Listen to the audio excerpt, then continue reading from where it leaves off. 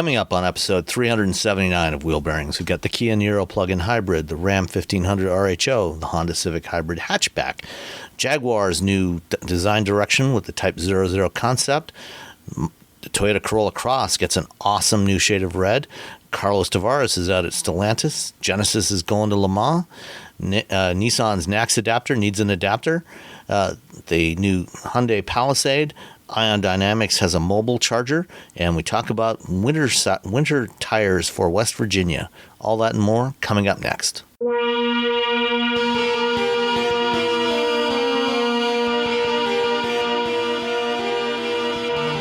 This is episode 379 of Wheel Bearings. I'm Sam McGuall-Salmon from Guidehouse Insights. And I'm Nicole Wakeland from CarBuzz.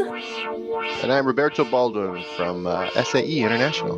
Wasn't sure where I worked anymore for like a half second. Like, who am I? Where do I work? What's going on?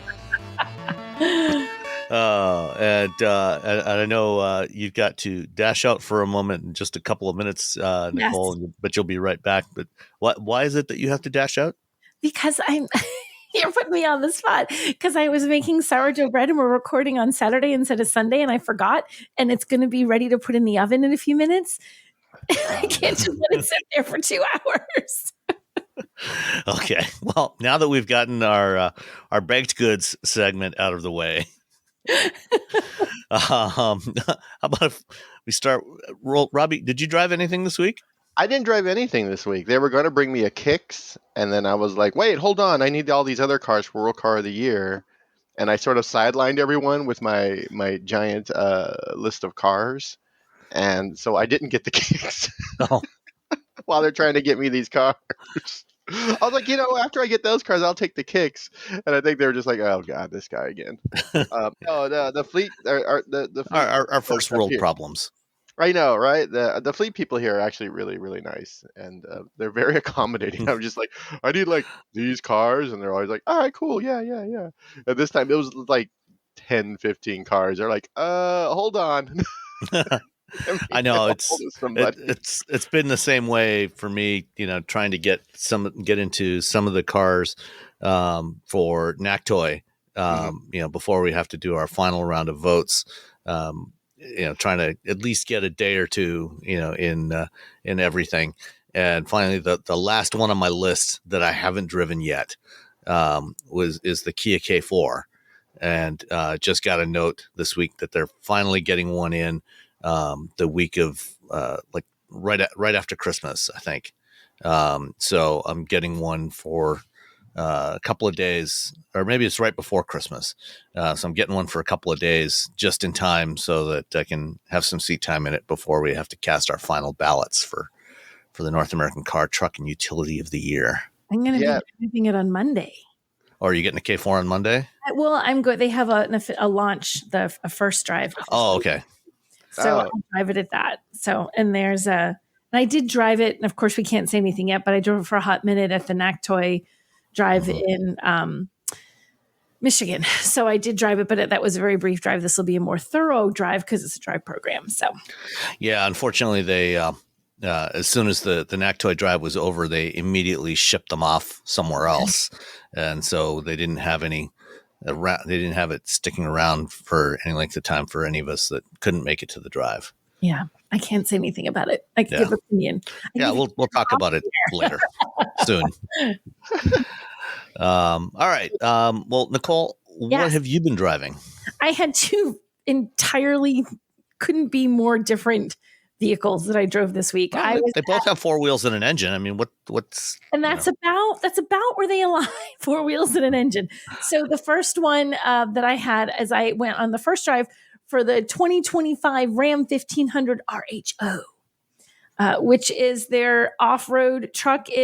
They'll tell you it doesn't really take the place of the TRX, but it kind of does because the TRX was discontinued and now you have this. But I really don't think it's just take the place. It really is a little bit different. It's not the same truck. Like, it's different both. I actually like this one better. I feel like this one, the powertrain is a little bit more well-mannered. And I think this one is a little nicer in on-road driving. I know that's not why you buy this truck. You buy this because you want to go screaming through the desert like a banshee. But You're not doing that all the time. At some point, yeah. At some That was point. Van Halen's second choice for Running with the Devil was Screaming Through the Desert. Oh, we'll see. I didn't even know that. Desert. Woo! Sorry. So what you are screaming through the desert in is a 3-point liter is what I was going to say. 3.0 liter, 3 liter, I guess is what I want here. 3 liter turbocharged 6-cylinder Hurricane high output engine with an 8-speed automatic. It gets 540 horsepower and 521 pound-feet of torque. 4.6 seconds from 0 to 60, 11.7 seconds to hit 100. 13.1 second quarter mile and 105 miles an hour and a top speed of 118. All those numbers mean that it's a performance truck. It's designed to go fast. It's designed to have plenty of power. It feels it. And when you are off-road, we took it out in the desert and opportunity to like really open it up, driving across these like dry lake beds and stuff. It was fantastic. It is just so aggressive. Even when you turn it on, I love a big burly truck that sounds like a big burly truck, you know, just like not like a boom, it's like brrr, like your neighbors are waking up when you start this thing, which is kind of brilliant. And it has the list of technical things that it has to make it able to handle off-roading is just very long. You know, they've tuned the suspensions, they've tuned the shocks, they've, there's adaptive performance shocks, they've given it extra ground clearance. It's got 11.8, which is 2 inches more than the rest of the lineup. It's got 35-inch tires. It is an off-road truck. And driving it off-road, it was brilliant. And it was just, we did a couple of different scenarios. We took it on just some high-speed driving. We took it into a bit of sand, like a dune.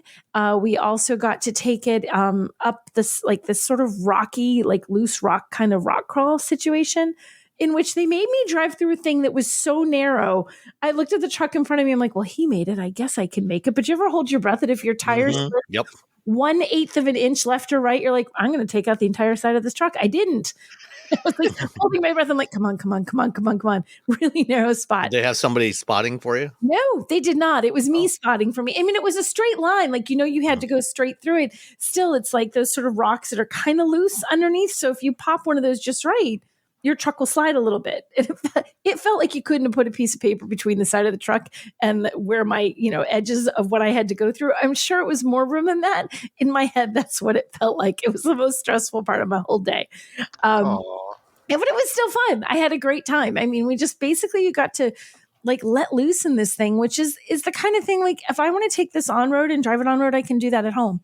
I can't find rock courses to drive through and deserts to, blast through. You can't do that at home. So it's kind of neat to be able to have the opportunity to do that on a drive program. And I appreciate that was literally the point of this. They didn't even make, like you guys have been on these things sometimes where they make a course and it's a very carefully curated course. You do this, you do that, you hit this jump at X speed, you hit that jump at X speed. And it's very specifically made to show off that truck. They have tailored everything. This wasn't. Like they picked a route, but they didn't build anything. This is just what the side of the mountain looked like. This is just what the dry lake bed looked like. So it was an interesting test of sort of what the average person is going to experience. You go out, you don't have everything carefully curated for yourself. You go out, you find a trail, you drive it. And we did that, which was really neat. I thoroughly enjoyed it. I even got to take it up. So sand dunes always make me a little bit nervous. I always get a little bit nervous because I feel like I don't quite know how to turn to come back down. I'm always afraid I'm going to start the turn to come back down and like, whoops, I'm going to tip over. That's my perpetual fear. I spent some time driving up and down the sand dunes with Nina Barlow, who's this amazing off-roader. She's done the Rebelle Rally. She can do that stuff with her eyes closed. And she was like, no, in this truck, Nicole, you're going to be confident. You're going to do it. And I did, which was kind of cool. And I was much more confident than I think I've been in any other vehicle I've tried to do that in. So thoroughly enjoyed driving this. It looks the part of a burly pickup truck. I wouldn't want to have to park it in the parking lot at the local grocery store. But if you're someone who, enjoys going off-road in a truck, if that's a priority, if you're just doing it now and then, this is silly for you to get. If you're someone who truly does this a lot, it's nice enough that you can, comfortable enough that you can drive it on road to work your daily stuff and then take it out there and have an absolute blast on the weekends. And as far as pricing, let me scrolling down here.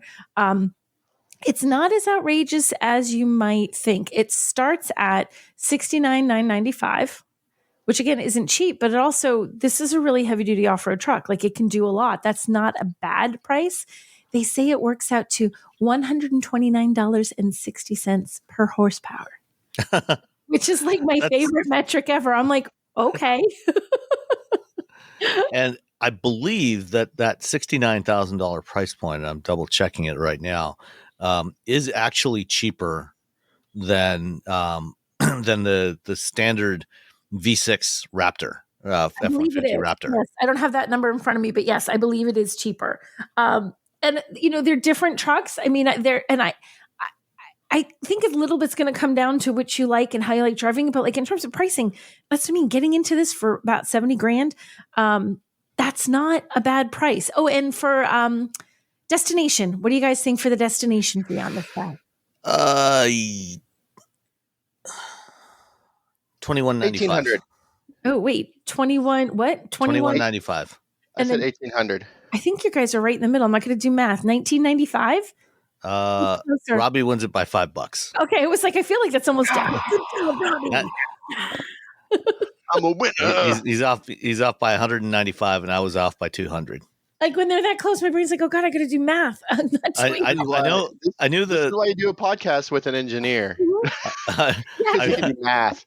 I remembered the Ram trucks for a while have always been, for several years now have been 1995 for delivery charge, but I couldn't remember if they raised the delivery price for the RHO because it's bigger and heavier. It's a monster. Yeah. I mean, it's a monster that I would drive. Like, I really thought this is of the off-road trucks that I've driven, and I've driven quite a few. I like this one the best. Like, I think because it did all the off-road stuff without being just horrible when we drove it on the bit of highway. Now, most of our driving was not highway or side road or whatever. It was, 95% of what we drove was off-road.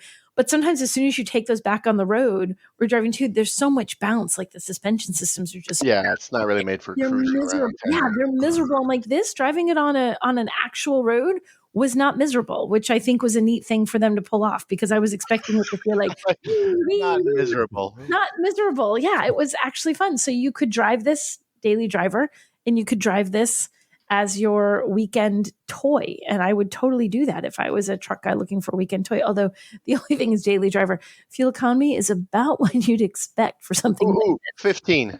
Yeah, that's city. 15, 21, 17. Yeah. Combined. It ain't the best, but it's also sort of it's not bad for the segment. Like if I was driving a Prius, that'd be a shocker. It's not a Prius, it's a giant truck. So yeah. And base price for the 2025 F-150 Raptor with the 3.5 V6 is $78,905. So it's $9,000 more. That's a huge difference. And the Raptor has 450 horsepower versus 540 in the RHO.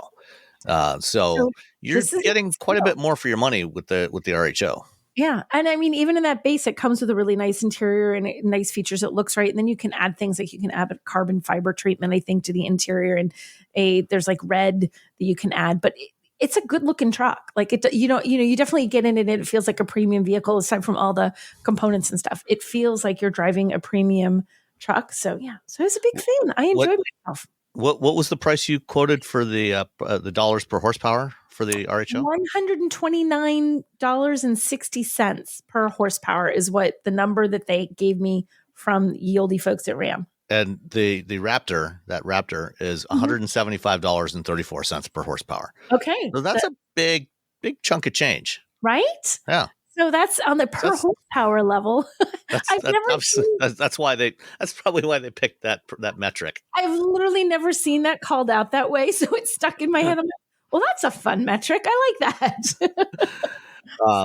Yeah. I mean, you said that, this is not a direct replacement for the TRX. Right. And it's not because, the TRX had 160 horsepower more than this from its supercharged Hellcat V8. Yeah. But, this thing is not much slower, because it's quite a bit lighter because that Hellcat V8 was heavy. Right. So I think when I'm remembering the last time that I drove the TRX and we got to really open it up and how that accelerated and how that moved, it's not like you get in this, you're like, no, not the same. You think, okay, like they feel right on par. I'm sure, there's differences, but I genuinely like this better. I feel like it's just more well-mannered, off-road or on. Just the acceleration was smooth. It was level. It was well-controlled. I actually liked this powertrain better. And most of the 150-pound difference in weight is off the front end of the truck, which, is going to make it feel a lot more nimble. Yep. It's basically, it's the same sheet metal as the TRX, and it's the same suspension setup, same suspension architecture, but they retuned the springs and dampers to account for the weight difference. And that's basically it. Right. And I had someone, I was talking about pros and cons, for it. And someone had said, and this is kind of accurate, pro, it looks a lot like the TRX. Con, it still looks like the TRX. Like it's so similar. If you like the TRX, you're going to like this one, but man, it doesn't look different enough. But I think it looks good. But when I was actually, we had our phones open and we're looking at a picture side by side. We were sitting at the drive. We're like, wow, there's a lot similar. Like you'd be hard pressed when you take off all the stickers and badging to tell the difference between the two. They're very, very close. Yeah. 88 inches wide. This is a wide truck. It is wide. I've complained. I would not want to park this at the grocery store. I'm going to be in the farthest spot in the lot. You have to be in the middle of nowhere in the desert to drive it. Yeah, pretty much. Like it's built for the thing it's built for. Good job. Exactly. I've complained in the past about the width of the Hummer EV. This is 1.5 inches wider than the Hummer EV. Yeah, the Hummer is only 86.5 inches. Okay, that's surprising to me because this did not feel. Why did the Hummer feel like I was driving a tank, but this did not?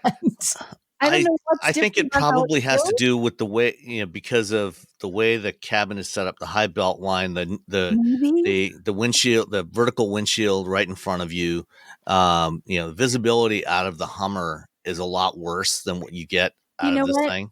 I think that's probably it, Sam. It's that visibility when you're sitting in the Ram, and especially the seats, you can really adjust them. So even in that off-road sort of rock crawly situation, you can see over the hood. Like you can see the edges see and judge where the edges of the vehicle are. I feel like in the Hummer, I'm like, I don't know. I could be a foot away. I could be driving over that car. Not entirely sure. And, the air suspension in the Hummer, I think it's about 15 inches of max ground clearance. So it's, more ground clearance. Yeah. But it also weighs like, almost 3,000 pounds more. Than this thing. It feels in every way. It feels so much bigger. This does not feel that big. This is a much more manageable.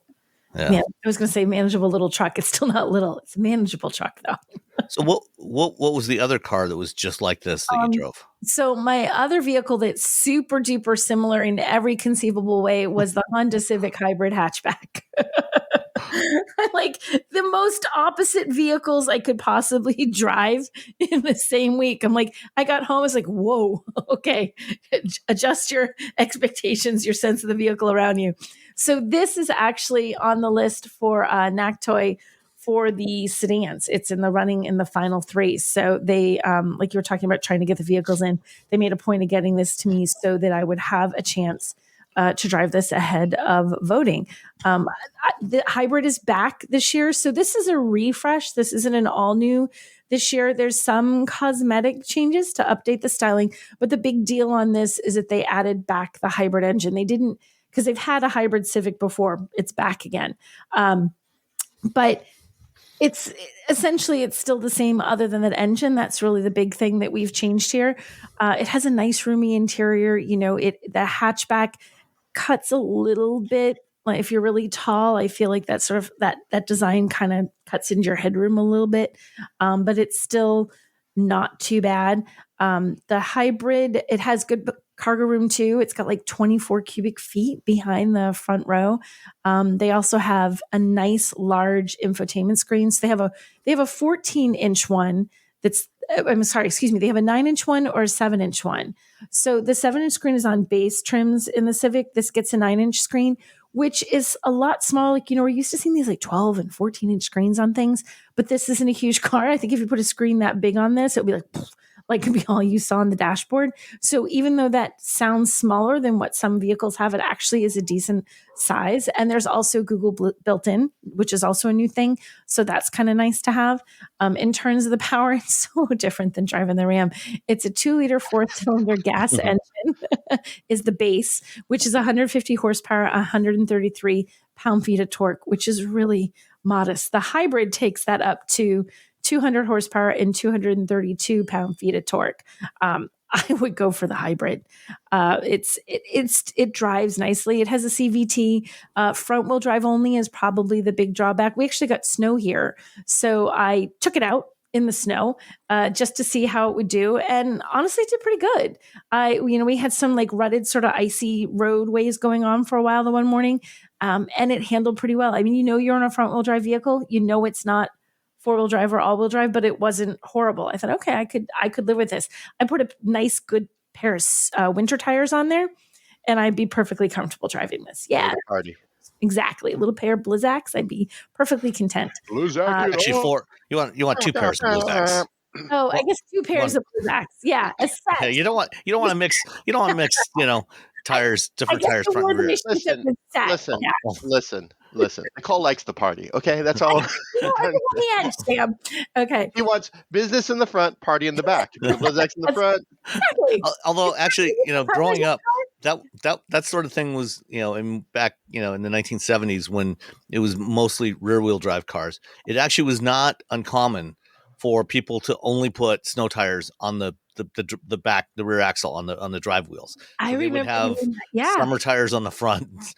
So basically you would just understeer everywhere. You would just go straight into every snowbank. Whee! But no, I would put an entire set of winter tires on this car. It's not a sports car. It's got a responsive engine. It's fine. It gets up to speed. You're not going to have problems merging to traffic, but this is not a performance car at all. But it still is a very well-mannered, easygoing ride. It's very quiet, not the hybrid part, just in general. Minimal road noise and wind noise. It's a nice car to have passengers in. You can easily carry on a conversation. Even with Russ in the front seat, there was still room for someone to sit behind him. But if you put 6 foot and 6 foot, not a chance. It would be too tight. Mix your Russ and Robbie, no road trip. Yeah, you guys can't sit front and back. No, you have to sit next to each other in the vehicle. So it's, I thought it was a nice car. It was, like I said, surprisingly good in the snow, which I thought was kind of nice. I was expecting to slip slide all over the place. And as far as fuel economy, it's good. The hybrid gets 50, 45, 48 city highway combined. That's not bad. That's pretty good. If you go with just the gas engine, it drops a big chunk. Just to give you a comparison, it's 30, 38, 34. So you get a significant difference in fuel economy when you move up. So if that's your priority, if that's what you're looking for, this is a great option. Go with the hybrid engine. And I do think it's probably a better choice just in terms of ride and handling. The drawback here is that the Honda kind of comes at a premium, I think, compared to other vehicles. So for pricing, there's only 2 trims. There's the Sport, which is $29,950, and the Sport Touring, which I had, which is $32,950. You guys want to guess on destination? Come on, Sam, you can do it. $13.95. Oh, I was going to say $12.95. Robbie wins again. It was only $1,095. It's way high today. And I just had this thing a couple of weeks ago, and I couldn't remember. And you forgot. He's like, what? DURDAY. Robbie. So when Robbie continues the song for himself. So $29,950 gets you into it. $32,950 gets you the larger screen and added features. That's not like it's a crazy price at all. But like if you look at the Corolla, for example, in a hybrid, it starts at just about $24,000. And but you know what? I've driven the Corolla hybrid. Yeah. I've driven the Civic hybrid. Yeah, you like the Civic hybrid? I would take the Civic over the Corolla. Well, yeah. No. I'm not saying the drive is, but in terms of a pricing proposition. Yeah.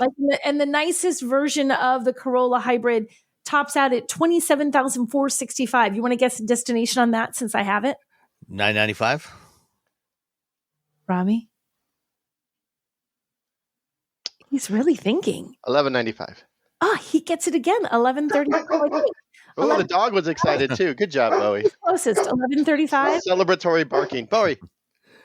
But the other thing to keep in mind, you can also get the Civic Hybrid as a sedan, Yes. which is about $1,200 cheaper than the hatchback. It's Yes. still more expensive than the Corolla. Well, and the other part of the Corolla too, that top price I gave you, that includes all-wheel drive. So like from a purely pricing standpoint, if you're looking for that affordable, compact vehicle, like that's a hybrid, I love how the Honda drives. I'm a big fan of the Honda, but it's a higher price point overall. I think it's worth it. And in terms of fuel economy, you're looking at, you know what? I forgot to write down the hybrid fuel economy. I forgot. They're going to be in the same ballpark, like close to 50 miles per gallon. Yeah. So, I mean, if you're looking for a bargain, the Civic Hybrid is not it. If you're looking for a compact hybrid that actually is really nice to drive, gets great fuel economy, and is halfway decent in the snow, even with front wheel drive, then the Civic, I would say go for it. I liked the Civic a lot, and it was very comfortable to ride in. Mm-hmm. And I think the powertrain is a lot more pleasant than the Toyota hybrid powertrain. There's less of the motorboating effect that you get with the Toyotas, where, as soon as you touch the accelerator, it revs up to 4,000 RPM and sits there. And the engine in the Civic, or rather in the Corolla and the Prius, not the most pleasant sounding engine out there. Exactly. Like I really genuinely like how the Civic drives. It's all about the drive in this. Like, you can look at all the other things, you look at the price, you look at the features, all that. But if you want something you're going to enjoy driving it, I think you're going to enjoy it more if you get the Civic versus the Corolla. So on that front, and it's still relatively affordable in the grand scheme of car prices today. So I would give it a big thumbs up. Yeah, and on the last generation Civic, they brought out the Insight, which was a Civic hybrid with some different sheet metal, but it was a Civic. Yeah. And that one, they only used a 1.4 liter engine in that one, and it had significantly less performance than this current generation. I think it was like 145 combined horsepower with the engine and the hybrid system, and this is 200. This one feels way more lively. Yeah, absolutely. All right. So two basically identical cars then, the Ram RHO and the Civic Hybrid. Yeah, no difference. Just pick either one. They're totally the same. They both have 4 doors. They both have they both have an internal combustion engine. Yes. And 4 wheels. Mm-hmm. So, you can do basically the same things with both. Yeah, they both essentially drive the way you want them to for the vehicles that they are. Yeah, exactly. They give you what you expect. They give the people what they want. Okay. I also had basically the same car as well. I only had this one for a little over a day, a little over 24 hours as a gap filler, because I had one vehicle when I had the Carnival last week that had to go back on Monday because they had another loan scheduled, and my next car wasn't coming till the Rivian R1S that I'll talk about next time. Wasn't available till the following day. So they gave me a 2024 Kia Niro plug-in hybrid SX Touring trim for probably about 28 hours total before I swapped it for the Rivian. And I've driven the Niro EV before. I've driven the Niro hybrid before in the current generation Niro. I had the Niro plug-in hybrid in the first generation Niro, but this is the first time I think that I've had this particular combination of the current generation with the plug-in hybrid. And the powertrain is actually not fundamentally different from the first generation model. So it's a 1.6 liter naturally aspirated 4-cylinder, and an electric motor that is built into the 6-speed automatic transmission. And let me go back and find that page here with the specs. And so the engine itself is only 105 horsepower, which is not a lot. But the electric motor provides, let's see, there's about 8 kilowatts from the integrated starter generator. And then the motor itself is another 62 kilowatts, so about 84 horsepower from the electric motor. So the total combined output is what? I had it here. Let's see, 150 Newton meters. 180 no, and right. 195 torque. Yeah, that sounds right. There we go. Yeah, I'm on the site. Okay. Look at that. I'm helping. Yeah, the way they have the spec sheet set up is a little confusing. They don't break everything out nicely. So anyway, the Niro is a compact hatchback. I think it is technically classified as a crossover, but come on, it's a hatchback. it's a compact hatchback. This I mean, any hatchback is by its very nature a utility vehicle, but this is not an SUV. This is no off-roader. This is purely, an on-road vehicle, and I have no complaints about that. It is a very good vehicle. The one that I had was finished in what they call Cityscape Green, which is a sort of darkish green with a charcoal interior. Overall, very, very pleasant vehicle. Nice. It's not, it's not a sports car. It doesn't feel like a sports car. Certainly doesn't feel like a Ram RHO. The relatively modest battery of only 11.1 kilowatt hours means that it is not especially heavy, which is good. That helps the performance a little bit, helps the efficiency, but it also means the electric driving range is about 34 miles on a charge, which again, as we've talked about many times before, 30 to 40 miles of electric range is going to meet most people's needs for what they actually do in daily driving. Mm-hmm. So if you plug this thing in, and with that size of battery, you can plug it into a 120 volt outlet, your standard 120 volt outlet, and it comes with a charging cable, and it will charge up, fully in about 3 hours or so. With the 120, it'll be about 6 hours. So when you come home at night, you plug it in, you go in the morning, you got a full battery. You're going to be able to do most of your daily driving without using any gas. At least, most of the time, if it is particularly cold, you will probably find, like it was, this week,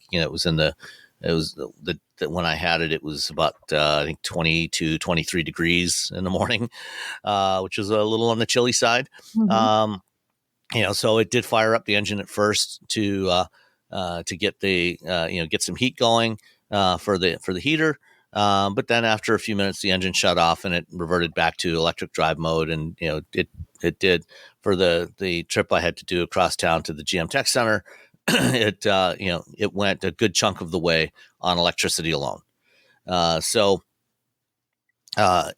is a very nice little, compact hatchback that is very efficient. It's surprisingly roomy for its size. This is a smaller car than a Civic, but it is still surprisingly roomy. And, with the shape of it, it doesn't have the more sloping roof line that you have on the Civic. So the rear seat headroom is a little better than what you find in the Civic hatchback. So it doesn't look as sleek, but, again, it's more for utility than for style. The Niro did get a refresh, a mid-cycle refresh last year, I think, with updated front fascia. It does have a little bit of a faux what looks like a skid plate kind of design at the bottom edge of the the front fascia. But make no mistake, as I said, this is not an off-road vehicle. Do not go bashing it over rocks, or you will be very unhappy. But other than that, as a basic commuter car, it's really good. Frankly, about the only real complaint I could register against this thing is, as a plug-in hybrid, it's a little pricey. Let's see, I had the SX Touring, which is the loaded model, and let's see, so for the Niro is available as a hybrid, a plug-in hybrid, or a battery electric. The base hybrid model, the EX, starts at $29,790, which is actually pretty good, because you're gonna get close to 50 miles per gallon with that thing. Oh, actually, sorry, there's an LX model which starts at $26,990, so 27,000 is the starting point for the hybrid. For the plug-in hybrid, it's available as an EX or the SX Touring. The SX Touring is $40,790, which is kind of pricey. And the EX plug-in hybrid starts at $34,490, which is a lot more reasonable. The SX does have things like a heads-up display and a whole bunch of features that you can probably get away with. You don't really need all of that stuff. But even in the base model, you get nice big touchscreen, Android Auto, and CarPlay support. It's got all of the safety features. You've got adaptive cruise control, blind spot monitoring. All that stuff is standard equipment. So for $34,490, and as a plug-in hybrid, you are going to save a lot of money on gas. As long as you make sure that you plug it in daily, and use it the way a plug-in hybrid is intended to. If you don't have somewhere to plug it in on a daily basis, don't buy the plug-in hybrid. Just get the hybrid, which, as I said, starts at 27,000. And the nicely equipped EX, is going to be about $30,000. But if you have some place to plug it in on a daily basis, then consider the plug-in, because even compared to the hybrid, you will save money on fuel, and on electricity is certainly a lot cheaper, and you'll be able to do most of your driving completely emissions free. It's it drives really well. The ride quality is good. It's surprisingly roomy for its size. So it's worth a look as an option. And you'll probably have an easier time finding one than you will a Toyota RAV4 Prime. Yeah. And it's a lot cheaper than the RAV4. One of the drummers in one of my bands has a Niro, and he transports drums in it to shows. So calls it the big vehicle. So yeah. What's so, it drive? so if you're a drummer, as his regular vehicle. I can't remember what his other vehicle is, but if you're a drummer, unless you're like you have this gigantic, insane drum set, which you have a Neil Peart drum kit. Yeah, which most drummers like, especially like don't really. Everyone starts off wanting a lot of stuff, and then as they play shows, they're like, "Yeah, I don't need all these toms or all these cymbals or these 15, two kick drums, two, yeah." You watch drummers like really quickly, just sort of pare down what they're bringing to shows. So, yeah. You want to take a guess and go for a clean sweep of the destination charges, Robbie? $11.95. I'll go $10.95. Oh, Robbie gets the clean sweep. Is $13.75. I'm living the dream over here. Oh, Robbie. Yeah. You need to go buy a lottery ticket today or something. You're on a roll. That's what I'm going to do. Yeah, just looking at the Monroney, the SX Touring, the EX has 16-inch alloy wheels, which are plenty big enough for a car like this. You get 18s on the SX. You get a power sunroof, which you don't really need. LED projector headlights, power folding outside mirrors. The car's not that big. You don't need to fold the mirrors, unless you're parking it in an alley somewhere. You get a Harman Kardon audio system, which is fine. The Syntex leather seating material instead of the fabric, Okay, that's fine. And you get ventilated seats in addition to the heated seats, which are standard. And that's mostly it. All the really good stuff comes on the EX anyway. So 10.25-inch touchscreen with Navi, Android Auto and CarPlay. You get a 3-month subscription to SiriusXM, and then a perpetual pestering from SiriusXM to, why didn't you sign up to continue paying us $13 a month? So many letters from Siri, from them with where we get the car. Yeah, it's annoying. So yeah, it's definitely worth a look. Especially if you live or work in a city where parking an RHO would be problematic, this is going to be a lot easier to live with. Yeah. All right, let's get into some of what happened this week. So Miami Art Basel was this past week, and Jaguar was there to give the world a first official look at its new design direction with the Type 00 concept.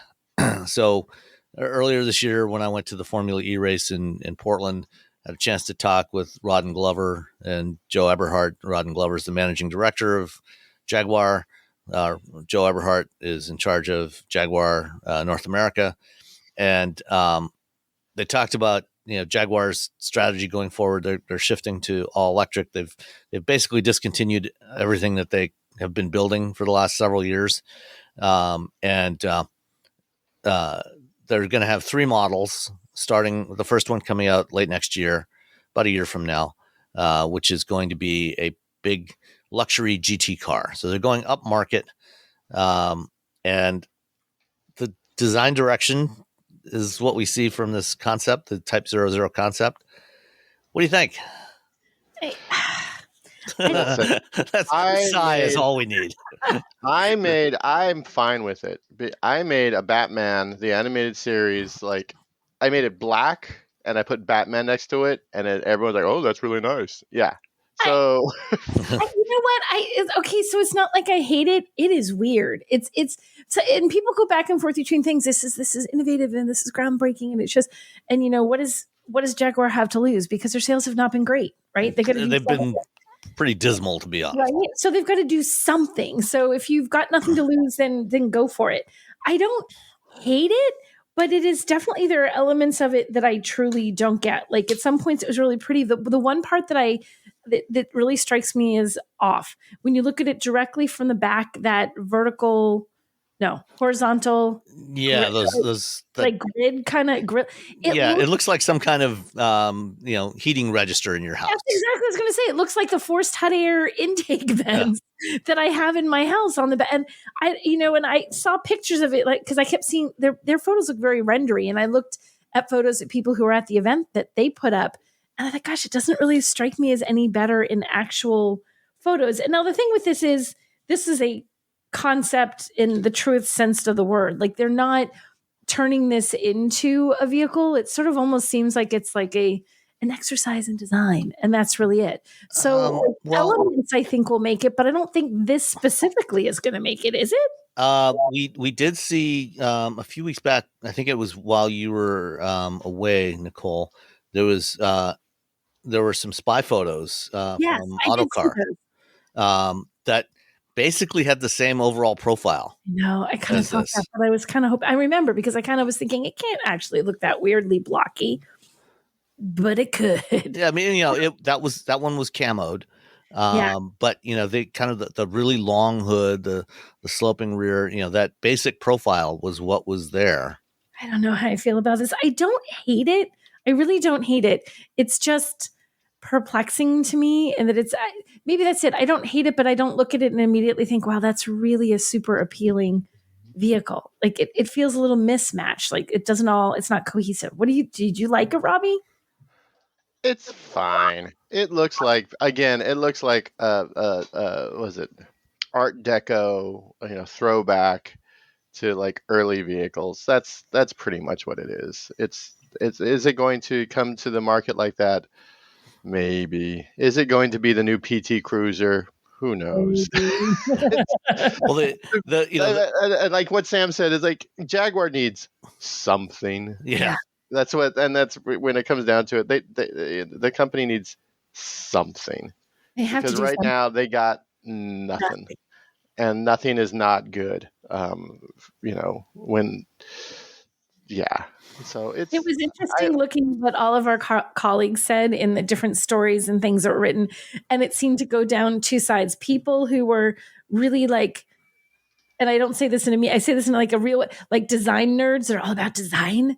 Like design is the epitome. They're like, oh, this is like, they were really into the design. Like, oh, and they wax poetic about the design. Everybody else is like, I don't know. See, the problem is I'm a big design nerd. So I'm like, oh, this is fine. I think people just want to, Jaguar has like sort of messed up for so long. Sort of messed up. Just, and this is not to say Jaguar doesn't know what they're doing. Maybe. But it's like Nissan. Like Nissan needs, I think Jaguar and Nissan could like hang out together, like at the bar, and be like, "Oh my god, what are you doing?" They're like, "Well, we made a car that sort of looks like we're making Art Deco designs." And what'd you do? We're like, "Well, we got the kicks, and then we made, we brought the Z back, but it doesn't feel as nice as it should." And it's just like, like okay, it's you kind of want these. You don't want these brands to go away because a lot of people have a lot of jobs, and the more brands means more competition. But at the same time, you're just like, well, let's see. I mean, maybe it'll work, maybe it won't. You're kind of rooting for them, but at the same time, you're looking at what they're doing. You're like, well, okay, maybe it'll be all right. So I pulled up the spy photos that were in Autocar a few weeks ago, and it does. When you look at the profile shots, it does have a similar profile, but the actual running vehicle, the prototype, the wheels are, as you would expect, going from concept to production. The wheels are a little bit smaller. The wheel arches are a little bit smaller. The front axle is, on the concept is pushed way out to the front, and there's almost no overhang. It looks like on the production model, the front axle's pulled back a little bit. So the proportions are, feel slightly less extreme. And then the other big difference is that the production model, instead of the dihedral doors, 2 doors that you have on the concept, it'll be a 4-door, with probably more conventional doors. I remember this piece of this that I can't figure out looking at this concept when you look at it in profile is the whatever's happening, like where on the back, like there's this bump. Yeah. I can't figure out what that either is. That to really confuse us, or is there something actually there? Because it's a strange little like extra bump on the back where the rear window would be. The sort of hump. Like profile? The hump. What is the little hump? I don't know. Maybe that's just to give it a little bit more rear headroom. So kind of like, do you remember the first generation Porsche Panamera?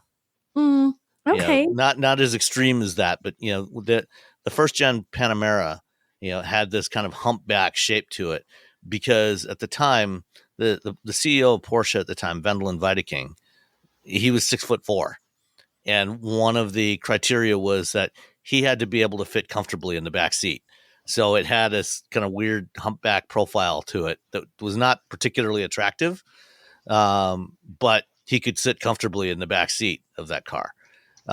Subsequently, so this car was made for Robbie then. Yeah. Subsequently, he was fired, and when they did the second gen Panamera, they went to a sleeker profile. So yeah, I mean this is probably to account for tall people riding in the back seat. But again, we'll see how this translates to the production model. Hopefully they won't have that giant grill on the back.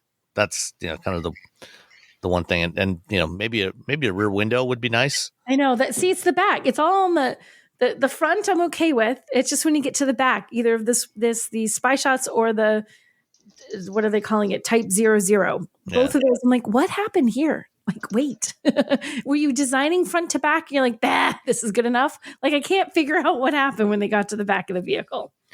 Yeah. In the spy shots, it looks like a little bit, maybe a slightly cleaner, a little bit less of that hump roof profile. Maybe they've shifted the whole cabin forward slightly. And we can't see the back at all. So, there's no actual full on back view. It's like a front quarter and like profile views is really what we get. So we're kind of missing that crucial back. Back. And we can't tell if it has a rear window or not. So nope, you can't tell in these images. So Jaguar's doing something. I'm interested to see. There you go. Jaguar's doing something. Jaguar's doing a thing. Let's see what this camouflage thing looks like, and then we'll come back and judge again. Yeah. Okay. Let's get back to the right tab here. So I think we're all largely in agreement on what the best color in the auto industry is right now, right? Yes, Mazda. Yeah, Mazda. Well, fortunately for Toyota, they build the Corolla Cross in a joint venture factory in Alabama, where Mazda also builds the CX-50. And that means that there is already a ready supply of Sol Crystal red metallic paint in that factory.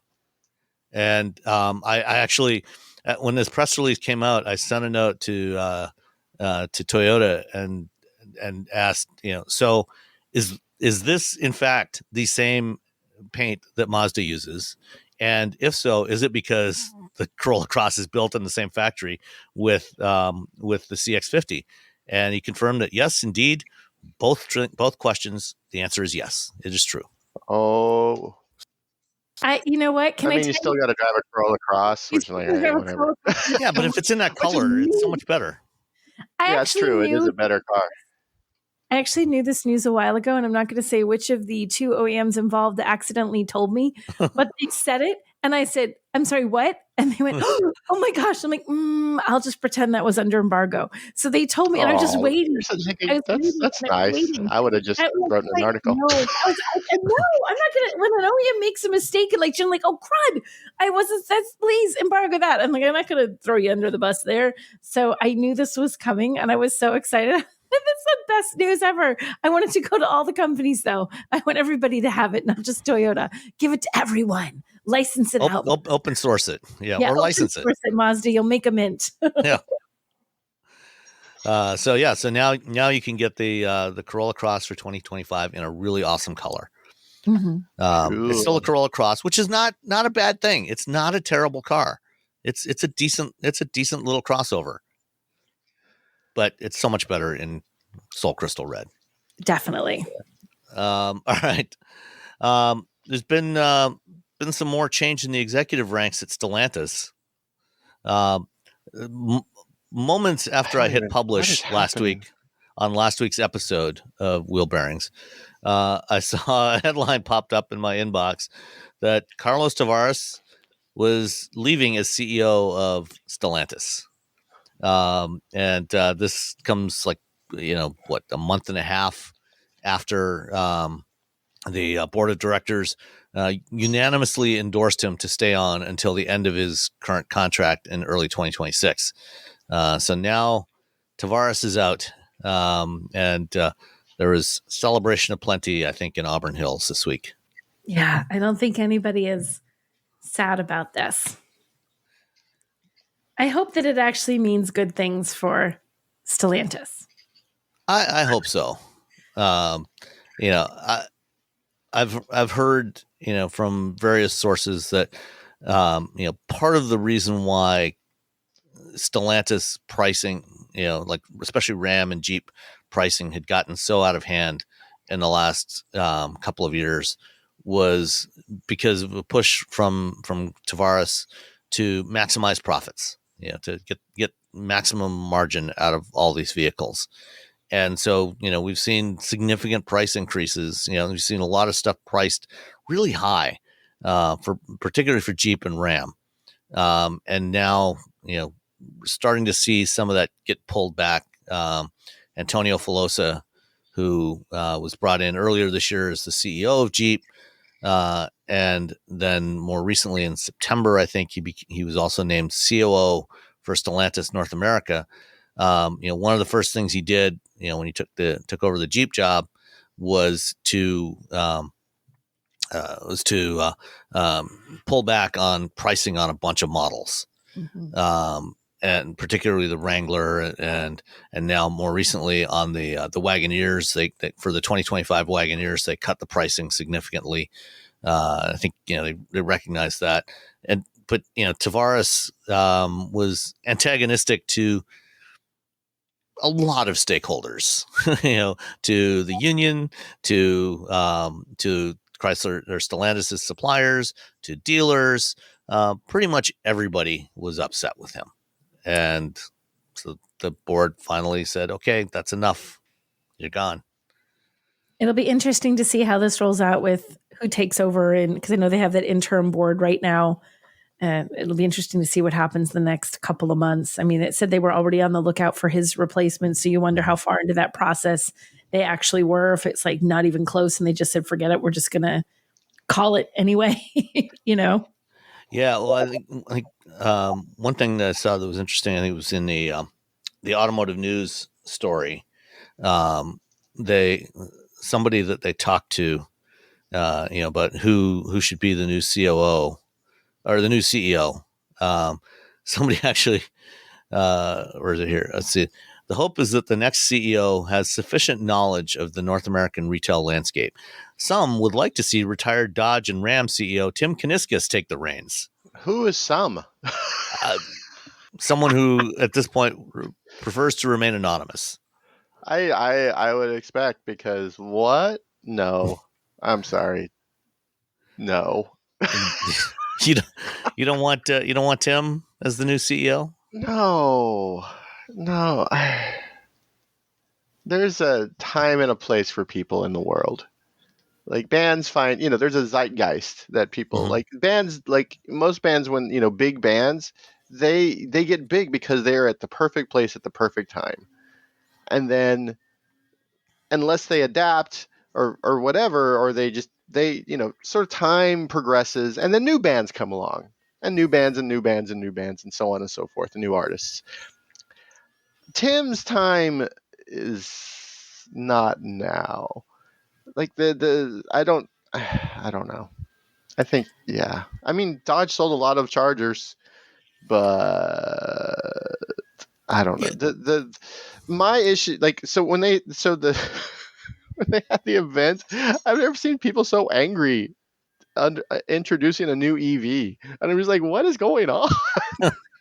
Why are we so angry about this?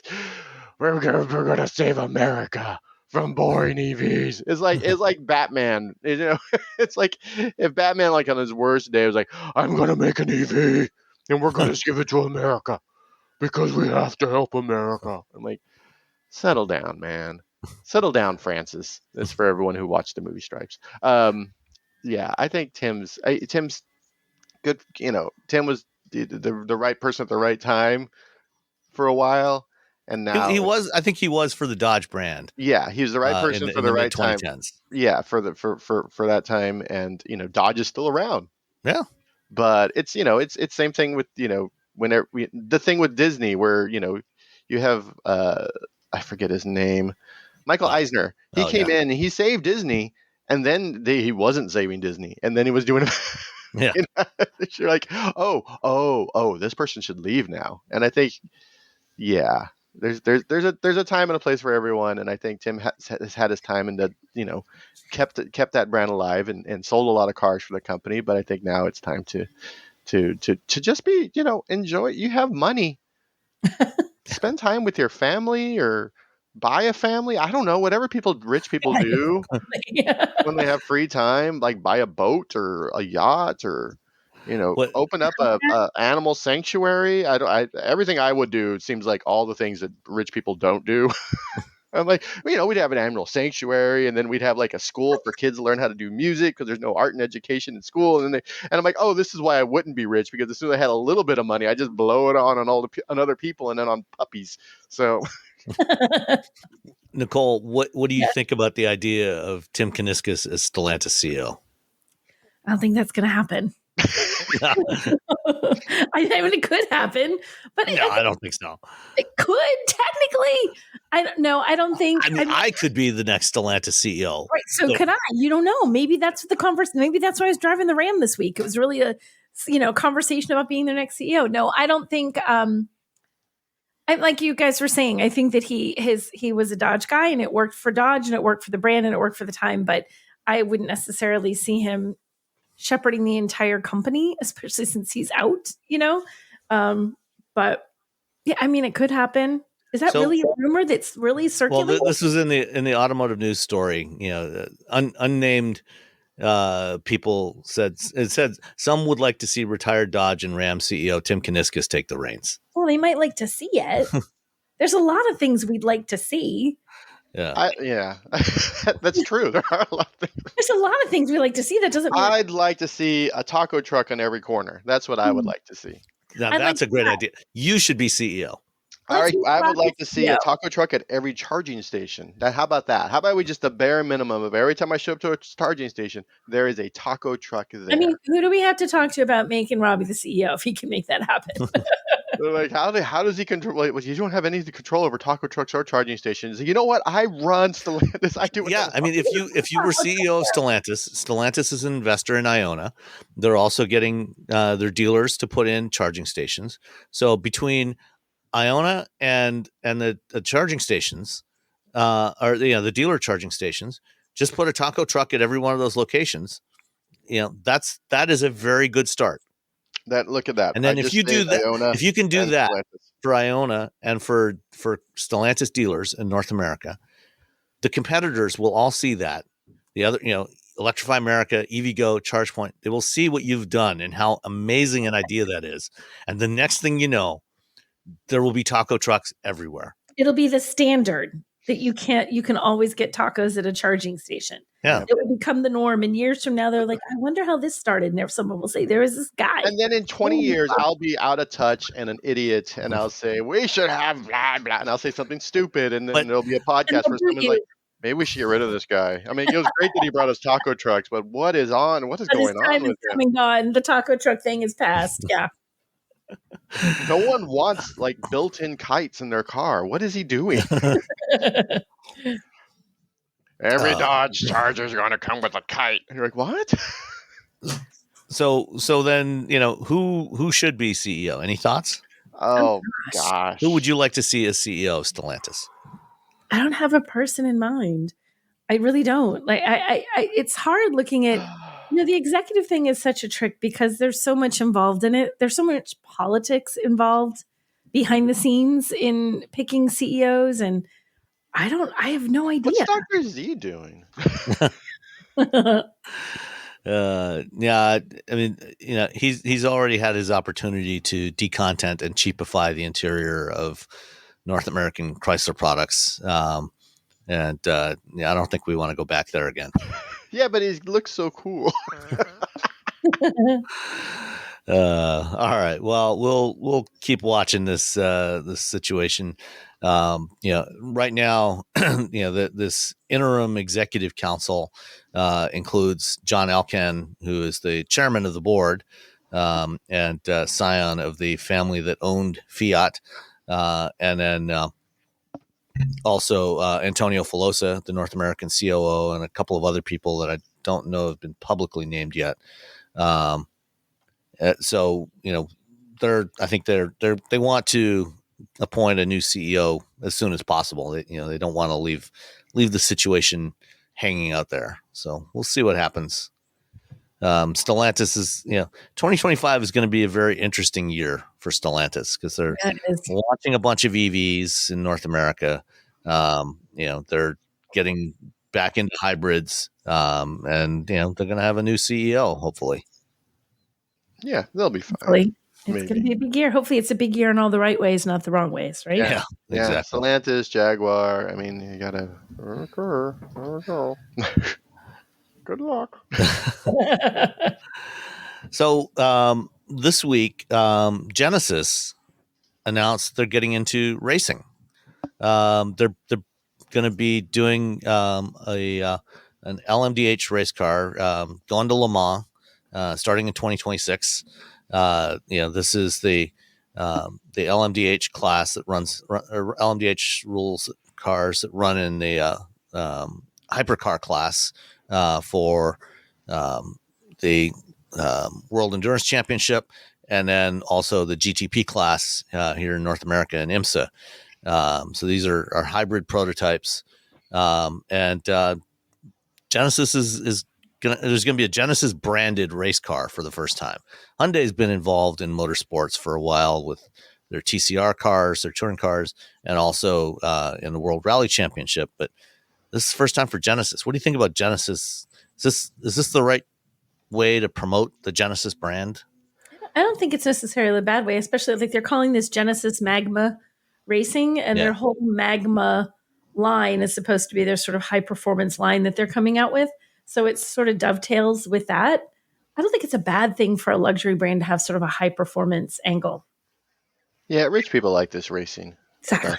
And rich, like the thing is, like a lot of people are like, they still think Hyundai Genesis, that one like model. Mm-hmm. A lot of people don't know Genesis exists. Yeah. That's where it comes down to. And anything you can do that gets your car in front of thousands and millions of people or whatever is good. And United States isn't really a motorsport outside of NASCAR. F1 is, because of the Netflix show, we're all super excited about that. But, everywhere else in the world, people love motorsports. So if you can get your name out there in a way that shows, your car racing, that's, every little bit helps, I think, for them. I think it'll be good because they do need more brand awareness, and people will see this and realize that Genesis and Hyundai are not the same brand, hopefully. And I think that's a good thing for Genesis because they still have to find a way to get people to know that they're not the same company. So many people don't know they exist. You say Genesis and they think of the car, the one car, the Hyundai Genesis, not the brand name anymore. And it's been, how many years has it been now? It's been a while. Almost 10 years. Yeah. So 10 years, and they still have a real issue with brand. Just sort of breaking through. Yeah. I mean, the products are great. When people drive them, they love them, but it's just getting people to know that they exist. That's a challenge for them. Yeah. Plus magma. I mean, who doesn't love turning liquid magma? Liquid hot magma. Liquid hot magma. All right. Well, staying with Hyundai, we just saw the new Ioniq 9 at the LA Auto Show a couple weeks ago.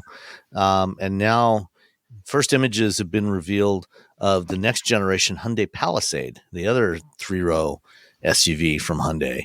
And, the current gen Palisade has done really well for Hyundai.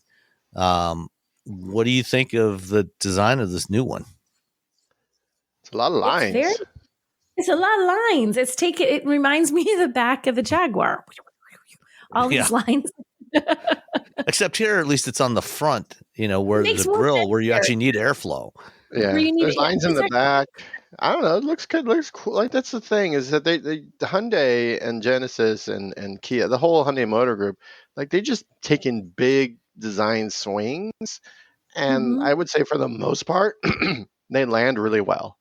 Like, this is like, oh, this is kind of weird. But then you're like, oh, this is kind of cool. It goes from weird to cool really quickly with a lot of their vehicles. I do like how this looks, especially when you like the front. It just reminds me of that, but I think the front looks good. But in profile, it looks freaking fantastic. Like, if you look at the profile shots they have of this, it looks really, really good. And the interior, that seems kind of nifty. I like how they've embedded that big screen back into the dashboard, so it's not standing up on top of the dashboard. It's they're all doing that now. It's like it's on top. There's the top edge of the screen is sort of like above the dashboard. It's all there, but it's below. You have the dashboard that runs in a nice line above the screen. It looks good. I think this could be really good. And one interesting detail I saw is that for the Korean market, they will offer it with a front bench seat, which makes it a 9-seater. And that, because it's got that bench seat in the front, that will allow it to be driven in bus lanes in Korea. Oh, and you can put your arm around your boo while you're driving, which was like great when you had my girlfriend in high school had a had a Mazda B2500, just a little white truck, and it had a bench seat so we could drive around with. I could put my arm around her. Aww. Can't do that now. That's like it's really hard. You got to reach across like a console. You can touch someone's shoulder. That's about it. Yeah. No, I think it looks good. I'm anxious to see it in person, but I think this looks good. Yeah.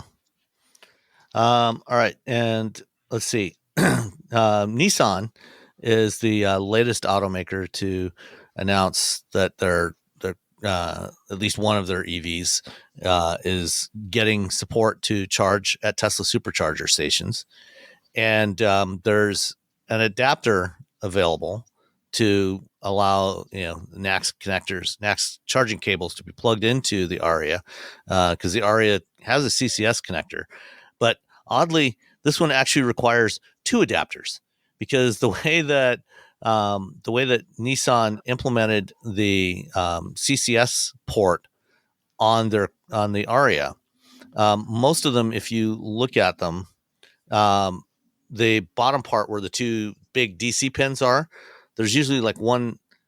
It's usually molded like one solid block of plastic around, so it's like an oval, and you've got the two holes for the two DC charging pins. And it just goes, it's nice and stiff that way. For some reason, Nissan picked a connector where there's basically two separate round plastic moldings around the DC charge pins. So there's not as much material there, which may have been slightly cheaper to manufacture. But it's also not going to be quite as stiff as the CCS ports on literally every other EV. And so when you get the adapter, the NACS adapter from Nissan, they also give you another little piece of plastic, a wedge-shaped piece of plastic that you are instructed to shove in between the two DC charge pins, which I'm guessing, is just designed to make the whole thing, more like one big block and make it a little bit stiffer, because now you got more weight hanging off the end of this connector with the adapter, and then the charge cable from the charger all hanging off of that. It's a little odd, but it's something you only actually need to do once. You don't have to put this thing in and out every time you use it. You can just stick it in and leave it there, because Yeah, it's not going to pop out. All the other CCS charge cables are just, they're going to fit on it just fine. Yeah. What a weird decision. There's this is one of the reasons why where I work, they have standards for these sort of things. Yeah. Like for J3400, there's a for the port, for the plug, they're actually trying to shave off like some of the plastic, because there's so much more power coming through those versus what Tesla was putting out there. So they're like removing some of the plastic, so there's less arc. And when I was talking to Rodney McGee about it, he's like, some of them are leaving it on there for like AC charging. He's like, because that's not enough power. But when you're going above 500 volts, you kind of want to like not have just one giant front flat flush surface, because you get water and mud and whatever. So just shaving some of that stuff off makes such a difference. And it's standard, Joe. I'm looking at that tiny little piece of plastic and wondering, it looks very small. How soon is it going to be before you lose that? Well, just as soon as you get it, you shove it in your car. You just run out and you just set it and forget it. Yeah. Yes. My guess is it's probably designed to be fairly tight in there. It's a fairly snug fit. So you're going to shove it in once, and it's ideally it shouldn't be very loose. But you could also just take some crazy glue when you put it in there. Is that part of the engineering specs for that, Sam? Crazy glue? I don't know, but if I had an Aria, I would probably just crazy glue the thing in there, because there's no reason for it. Once you put it in, there's no reason for it to ever be removed. Yeah, I'm hoping it stays put. That would make me nervous. Look at that little piece of plastic, thinking it's going to get knocked out, and you're going to go to charge, and be like, cry. Well, plus, the other thing is, when you look at the ports on most of these, including the Aria, they're usually not totally horizontal. They're usually angled up slightly. And so when you shove that in there, it's not just going straight horizontally across into that gap, it's going down slightly. So it's, gravity is going to help keep it in there to some degree. You say so. I hope. We'll see. If people start snapping the charging ports on their Arias when they stick the NACS adapter on there, we'll find out. Whoops. Yeah. All right. One last charging related item. I was in Arizona the other day to drive a car that can't really talk about. I can't talk about the driving experience yet. That's the Dodge Charger Daytona. We'll talk about that next week. But the event, the drive program was based out of the Radford Racing School, which is in Chandler. And this is the school that was formerly known as the Bob Bondurant Driving School, 56 years old. In 2019, the Bondurant School was having financial difficulties, went bankrupt. It was sold. And a couple of years later, the new owners renamed it to the Radford Racing School. Currently, the Radford Racing School does not yet have any DC chargers on there. The school has been using Dodge products as part of as their fleet for their driving curriculum for the last decade, and they have a fleet of Chargers and Challengers, and they previously had some Vipers there, and they haven't yet installed any fast chargers, but they are planning on adding Charger Daytonas into their fleet. They already have some there. And so for the drive program, since, we had a whole bunch of electric chargers, or electric Dodge Chargers, that is, they needed a solution for charging these vehicles in between drive loops and, running on the track and doing drifting and assorted other stuff. So Stellantis partnered with a company based here in Novi, Michigan, called Ion Dynamics, that has developed a really interesting mobile charging unit.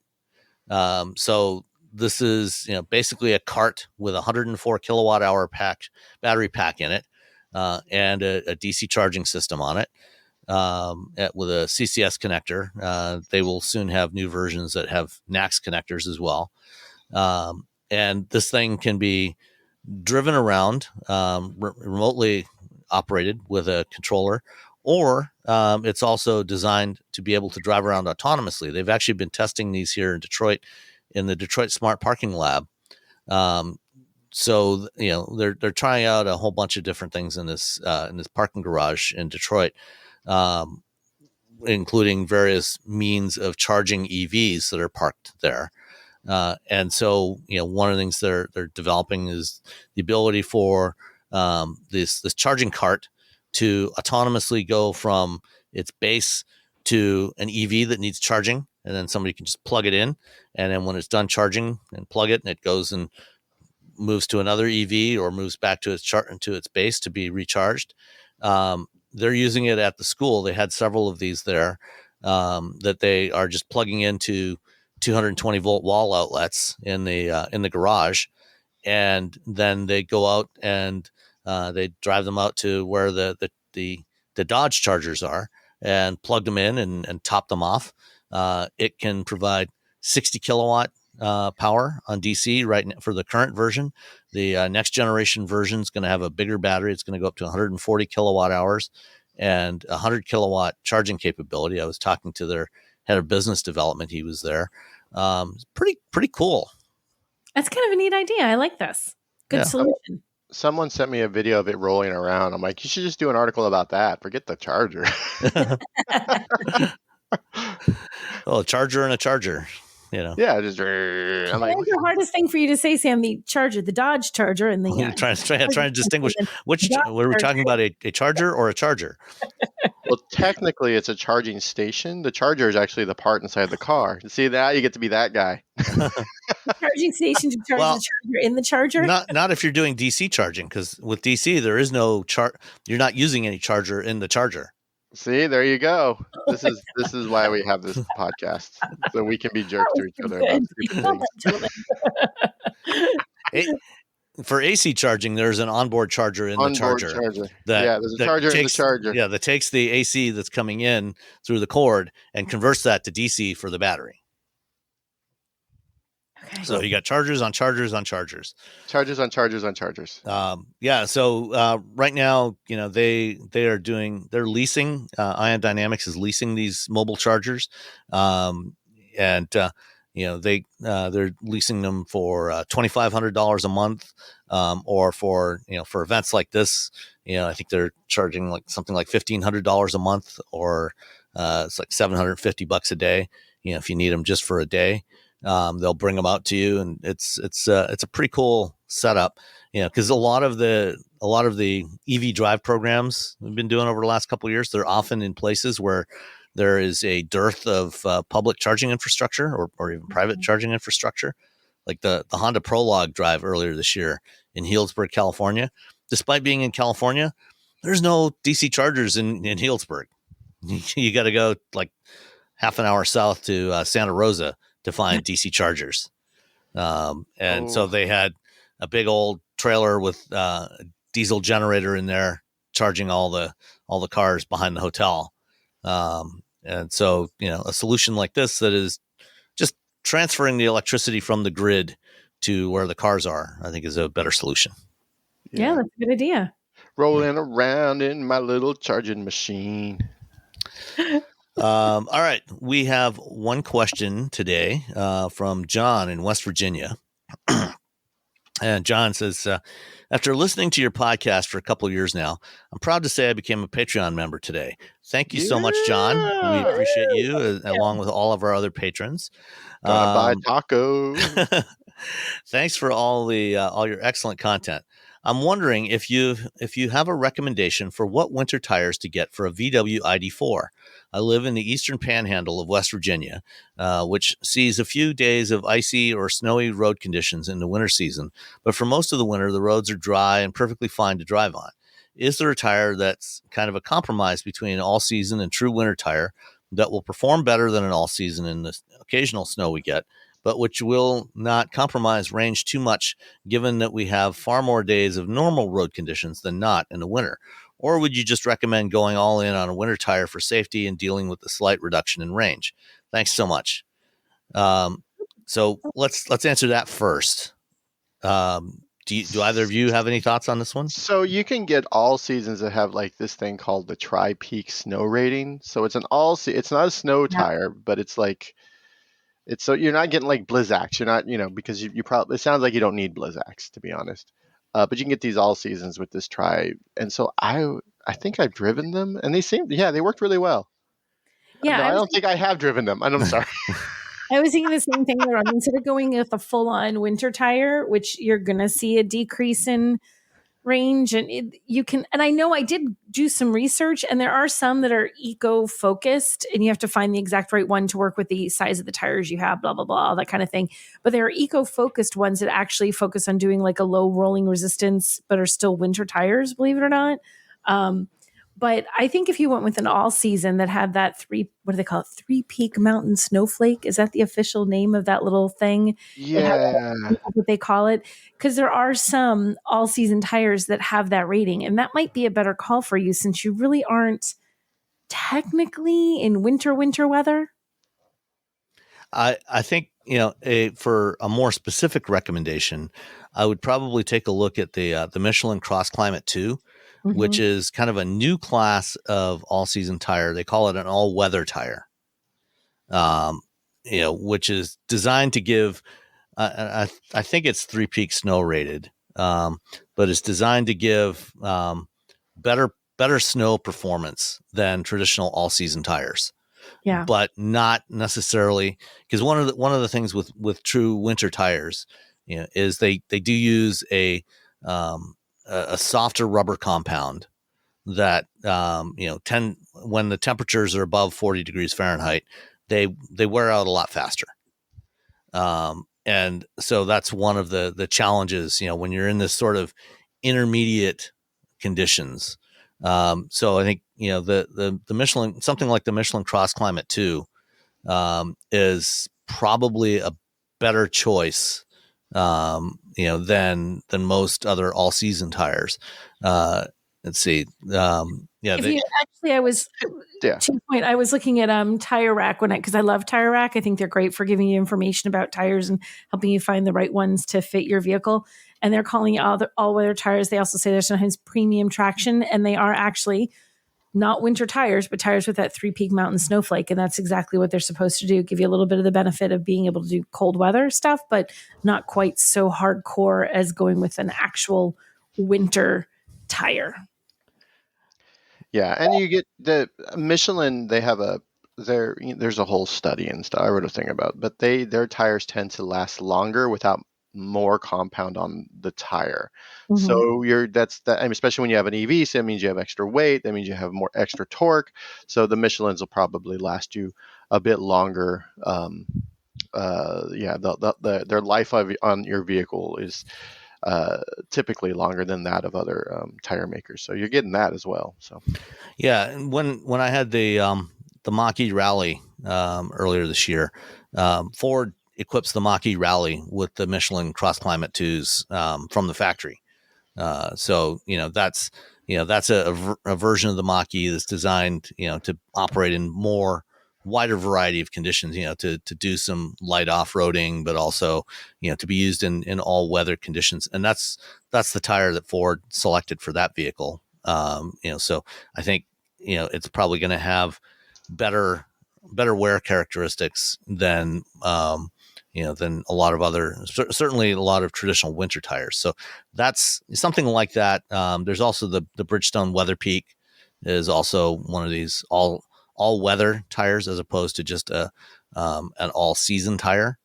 So that's another one to consider. But the Michelin Cross Climates or the Bridgestone Weather Peaks are probably your best options. And then John also had a PS. It says, probably too much to read on the podcast. I'm going to read it anyway. But just in case you're curious, I wrote to you all in April 2023 when my partner had just purchased the ID4. I was jealous and considered getting a Mach-E, but my commute to work is 200 miles round trip. So I was nervous about range. My gosh. That's a long commute. Have you You're the edge case of the people who are like, what if I have to drive for 200 miles? Turns out it's John. Anyway, I'm happy to say that I purchased an extended range all-wheel drive one last spring, referring to the Mach-E, and have been loving it ever since. I can't usually get to work and back on a single charge because about 185 miles of the trip is at highway speed, and that eats my range. But I can level 2 charge at work up to 4 hours before they ticket me, so it's not a big deal. I'm just now experiencing cold weather, though, and I'm finding I can barely make it down and back, even with the 4 hours of charging. So I have to start fast charging on the way home. In any case, I'm really happy with the car. Ooh. So when you're fast charging when you're that 4 hours of charging, set a if you're leaving in that 4 hours, no, he's probably getting there and then charging it and then putting it somewhere for the last 4 hours of work. Never mind. Because if you do the charging, the AC charging, the last 4 hours of your work, if you set it to precondition your vehicle right before you leave, so let's say you leave at 5, if you said, oh, I'm leaving at 5, the vehicle will warm up, which means it'll warm up the battery, it'll warm up the cabin, it'll warm up everything. So you'll get better range on your way home. But I'm guessing you're probably charging your vehicle when you get there and then moving it on your lunch break. So yeah. But if you can charge it in the afternoon, that's a good solution. And I'm guessing, I don't know. Well, and also precondition in the morning. If you're charging at home, preconditioning, tell it you're leaving at like 9 a.m. every day, and or 8 a.m. or I don't know, 200 miles. Take advantage of it at home in the morning. Yeah. Yeah.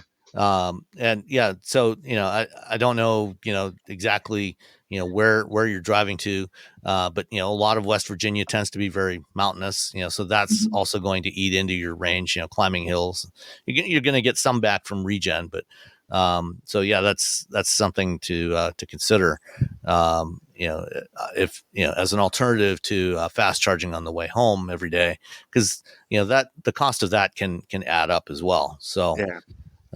There's some solutions. Do you get free charging for those 4 hours? Because that's pretty dope. A lot of companies do that. Yeah. Yeah. Yeah, that'd be pretty nice. Yeah. And is it I don't know what the Mach-E deal is. I know the Hyundais and the Volkswagens and the BMWs, you get like X amount of time on a EA charging. Yeah, Ford. I think Ford gives you like 250 kilowatt hours of free charging on EA. Oh, okay. So it's not very much. Yeah, I get 30 minutes. For John, it would be about a week. Yeah. I get 30 minutes of free charging on the Ioniq 5, which means I've driven to LA and back and Palm Springs and back and Bakersfield and back multiple times for free. No money. Yeah. But that's only for 3 years. But of course, your lease will be up by then, so it doesn't matter. Yeah, my lease will be gone. Who cares? Yeah. All right. So that's it for this week. I think I forgot to mention last week that I have updated the Wheel Bearings merch store. It's moved it to a different vendor. We have a lot more stuff available now. Updated the designs a little bit. So there's t-shirts, there's hoodies, there's mugs, there's tank tops if you like that, polo shirts, hats, stickers, all kinds of stuff. So shop.wheelbearings.media will take you there. And if you any orders you do before December 13th, so before the end of this week as we're recording, you get 25% off your order. So you can save some money, and they will try and get it to you before the holidays, before Christmas. Excellent. Yeah. So check it out. Shop.wheelbearings.media. Show your support for the show. Yay. I got some stickers arriving today. Ooh. Yeah. So I'll have to add a sticker to my bag before I head off to Munich tomorrow. There you go. Oh yeah, you're going to Munich. Yeah. Yeah. All right. We'll see you all, we'll talk to you all next time. Bye. We're watching you. Bye.